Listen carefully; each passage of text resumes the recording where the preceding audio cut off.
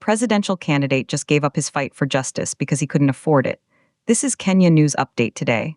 Coming up, you'll discover how the price of a lawsuit can silence democracy itself and what this means for every voter in East Africa. Meet Robert Kasibante, a former presidential candidate, leader of the National Peasants' Party.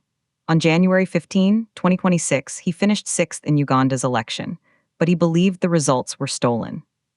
So he did what any citizen should do. He went to court, but here's the twist. The fight for truth has a price tag, and Kasibante just found out he can't pay it. He's applied to the Supreme Court to withdraw his entire petition. He's not giving up because he's wrong, he's giving up because he's broke. For 9 years, Yoweri Museveni has been president. For 9 years, opposition candidates have challenged him. But Kasibante's case was different. He didn't just allege irregularities.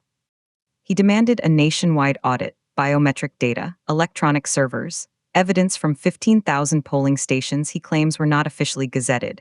He accused Museveni of bribery and corruption. He wanted the results nullified and a new election. The court was preparing to rule on his request for that data. But then something shocking happened.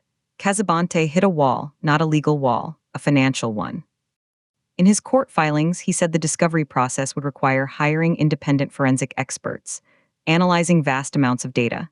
He described it as financially impractical, prohibitive. The cost of proving the election was a fraud was simply beyond his means. Think about that. The evidence is there locked away in servers, but the key costs millions, so the door stays shut. And then the final blow.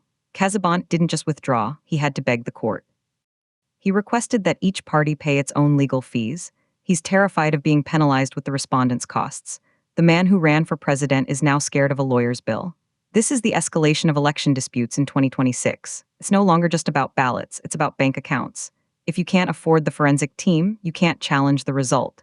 The case isn't decided by a judge, it's decided by an accountant. But here's the part that will blow your mind.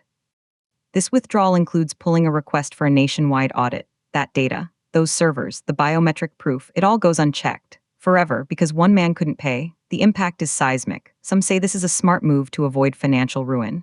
Others say it's a tragic surrender that lets alleged election fraud go unchallenged. It sets a dangerous precedent. Future candidates will look at this and think twice. Is justice only for the rich? If the cost of litigation is prohibitive, what's the point of a petition? The controversy is clear. Democracy has a price. And in Uganda today, it seems that price is too high for an opposition candidate. But the biggest question remains unanswered. If Kasibante couldn't afford to prove the irregularities, who can? And if nobody can, what does that mean for the next election? Do you think a candidate should be forced to withdraw because of costs? Or should election challenges be free to ensure true democracy? Drop your take in the comments. Subscribe to Kenya News Update today for more breaking news from across East Africa.